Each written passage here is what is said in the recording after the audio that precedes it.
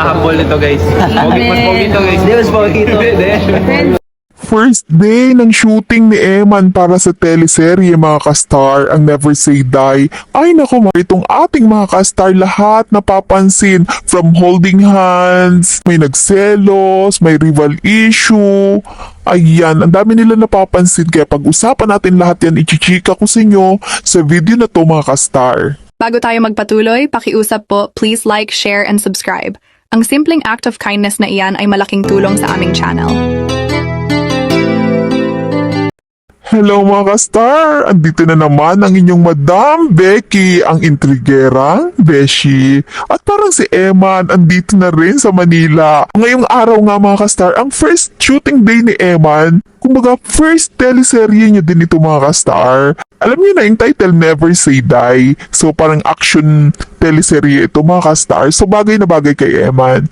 Eto nga mga ka-star, itong first day na ito, syempre inaabangan to ng ating mga ka-star. Parang akala nila nag-joke lang tayo, pero ito na nga yun, ito na hinihintay natin na teleserye. So, I think mga ka-star, inuuna lang talaga ang teleserye kasi dito tinetest ng GMA kung papatok ito si Eman at si Jillian sa teleserye. Kasi lang ibig sabihin yan mga ka-star. Susunod agad-agad dyan ang movie.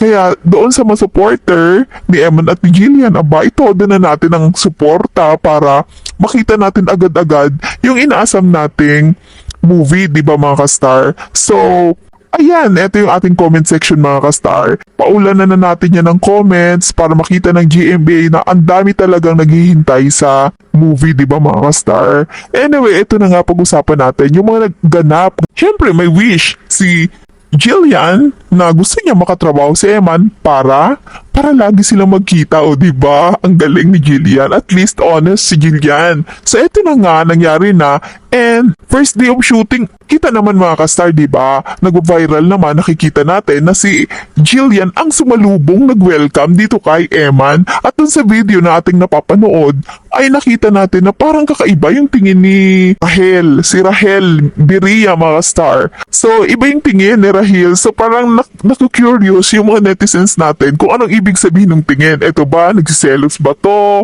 Or nanunukat daw ba? So ayan, nakaka-exciting nga pa basahin yung mga comment mga star. So maybe pag may time tayo basahin natin. Andyan napapansin ng netizens na syempre, alam mo naman si Eman, may pagka-touchy ito. Yun, nag-holding hands sila. Actually, hindi natin alam kung nagkakamay lang to, pero parang holding hands ang dating na hindi natin maintindihan. So, napansin din niya ng mga netizens. At ito pa, ang isang nakakalokang napansin ng mga netizens, mga ka-star, na kesyo, wala daw hug ngayon. Knowing Eman, mga ka-star, diba, alam natin, pag si Eman, mahilig to mag-hug kahit sino hinahag nito, di ba? Kahit nga sila Jessica Soho, lahat na lang halos kay Girl Kiboy hinahag nito, di ba? Kahit nga kay Manny Pacquiao talaga mahilig siya mag-hug eh. Pero this time kakaiba, hindi niya hinag si Jillian. Parang nagulat yung mga netizens, hindi sila sanay ng ganon. Yun yung napansin nila. And then, mga comment ng ibang netizens, parang respect ni Eman, baka daw magselos yung iba. So, yung mga ganon. So, anyway, nakakatuwang basahin mga ka-star yung iba't ibang komento ng mga netizens. Ay, eto pa mga ka-star, di ba? Nakita natin na itong si Eman nakipag-TikTok dance sa dalawang, I think, artista din to na naka-red. So, syempre, magaganda naman talaga ang artista ng GMA. Ayun yung mga comment, parang kontra sila. Kumbaga kay Jillman lang kami, ganyan-ganyan. Yung mga netizens gusto Jillian and Eman lang, ayaw nung may iba.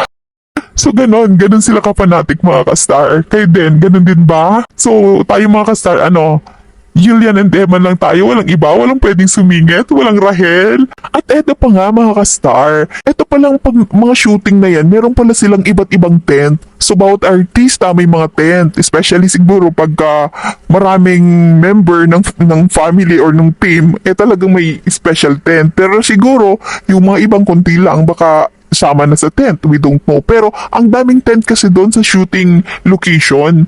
And ang mga tent na yan, may mga pangalan. At isa sa nakita natin pangalan ay para kay Eman. So, special para kay Eman. So, We don't know kung same size yung mga tent doon or baka special mas malaki yung kay Eman. Why? Alam ng production na talagang ang team ni Eman sa pamilya pa lang nito malaki na. So, they're allocating space for all of them. Anyway, eto na nga mga ka-star. Bigla ba namang dumalaw si Jillian sa tent ni Eman? So, parang baliktad, no? Dapat si Eman ang dadalaw kay Jillian, pero baliktad. Si Jillian ang dumalaw kay Eman. Well, anyway, naintindihan natin kasi si Eman, syempre bago yan. So, kumbaga, andyan yung mini-make-upan siya, tapos, tinatrain pa siya eh. Kumbaga, tinututukan siya ng production. Kasi, anyway, sila Jillian, ang dami ng acting workshop na napagdaanan yan. At etong si Jillian, 16 years in show business na. So, kumbaga, sanay na siya ng kalakaran. Pero itong si Eman, mga ka-star, ngayon lang. So, talagang naninibago yan. Kaya yun. So, busy siya. Wala siyang time para maglakwat siya. It's not the right time. Kasi ang kailangan niya, tutukan kasi marami nag-aabang sa acting niya at siguradong maraming magiging critics. So, kumbaga, this first acting na experience ni Eman sa teleserye, mamarkahan niya ng mga netizens kung magaling siya or hindi, di ba? So, it's very important na mapakilig ni Eman yung tao o kaya ay mapaniwala ni Eman, makonvince na talagang magaling siya sa lahat ng role na binibigay sa kanya. Could it be action, mga ka-star? Kung comedy ito, mapatawa yung audience. Kung action naman, di dapat madala ang emotions ng audience, di ba mga ka-star?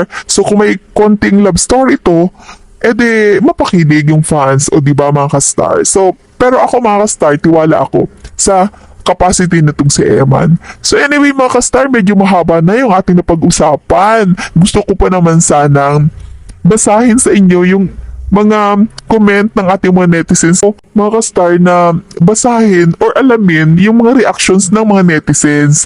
Ganun, kasi nakakatuwa talaga. Alam nyo, si Madam Becky, mga ka-star, mahalaga sa akin ang inyong opinion. Binabasa ko yan, and kasi gusto ko nalalaman yung pulso or yung iniisip ng ating mga netizens kaugnay sa artista, mga ka-star, especially kay Eman or kay Jillian. So, since nga medyo mahaba na, maybe sa next upload na lang tayo mga ka-star, saka ko na lang kayo chikahan ng iba't ibang reaksyon ng ating mga netizens, ng ating mga ka-star, kaugnay nitong pagkikita ni Eman at ni Jillian. So, meantime, hanggang dito muna yung update natin mga ka-star.